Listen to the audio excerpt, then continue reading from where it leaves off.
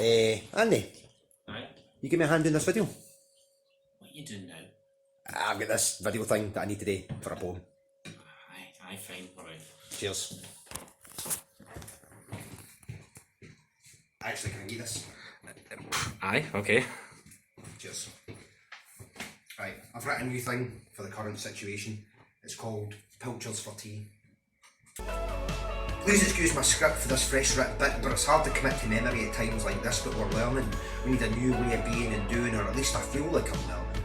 After the shoe I got for a septuagenarian over the last can of rice pudding, what am I doing? Is what I thought to myself. This hardcore Senga set about me with an owly shelf. No regard for my health, she was out for herself. Sneaky old midden snuck up on me with ninja-like stealth. Fair dues, it's survival of the fittest. But the joke's on her, cause I followed her home and I stole her only tin opener. Shamon.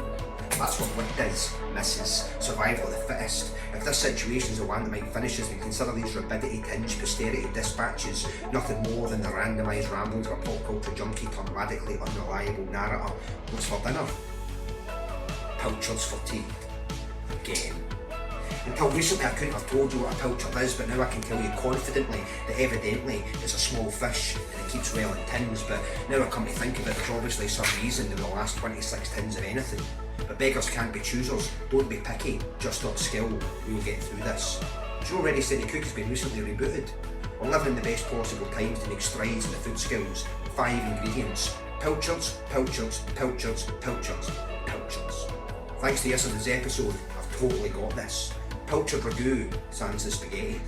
With a pilchard fondue, pilchards on croûte and a pilchard cheesecake with a pilchard base filled with creamed pilchard too. Easy peasy, lemon squeezy. Minus the lemons, obviously.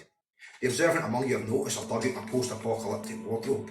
Headbands, wrist wraps, face paint and my wardrobes. I've got this look locked down and I'll be ready for a rerun return to the Thunderdome, but let's keep that stewing. So I don't want to get flack for slacking off when I told my boss I could be trusted working from home.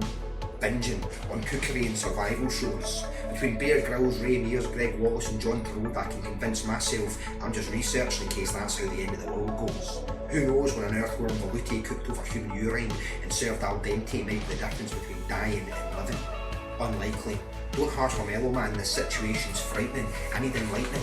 Wikipedia rabbit hole and isn't really skiving, would you deny me? It's better than the YouTube proliferation of weapons of crass deduction. Conspiracy theorists initially served an entertainment function, but I've had enough of this irrational nonsense. Here's a question.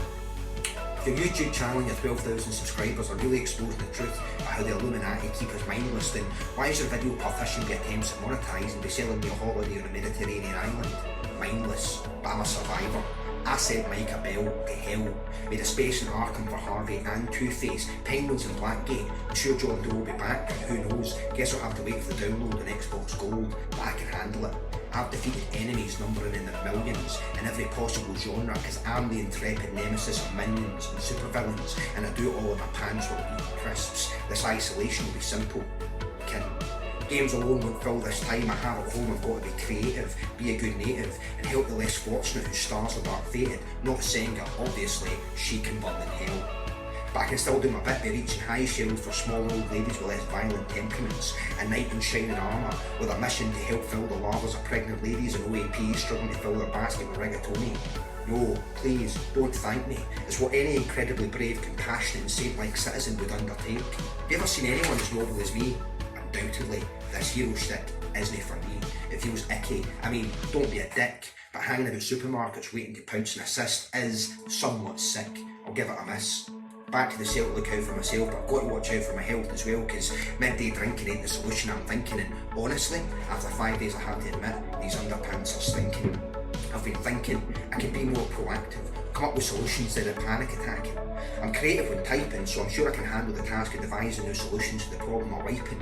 Before this kicked off, I was out there hyping. This pamphlet I made, full of pictures and typing, but I've got 70% of them left in a box by my bed, so I repurposed them to avoid TP stockpiling, because this seems like the end of business as usual. Survival's the name of the game. I'll push through the wall, push-ups and pull-ups and dust till dawn, squats with a chair, shadow box in the air, prison workout pull-outs for the FHM of yesteryear.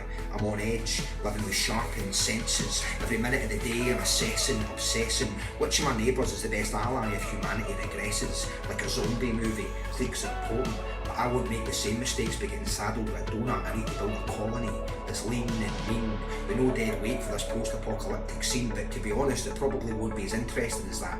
Do you know what I miss the most? High fives, fist bumps and handshakes. Imagine that. I never thought about it much, the importance of human touch, and day-to-day interactions going everywhere in a rush, never really appreciated at the time the symbolic significance of the skin-to-skin greeting. Oh well, I'll just need to focus on the positives, because Hollywood lied to us. When the end comes, it won't be a bang but a whimper, but we'll get through this time. And in the meantime, keep in mind, if you're after Pilchards, too bad. How's that? Aye, that was alright. Nice one, cool. Here, can I get some of those Pilchards? No, you bloody canny.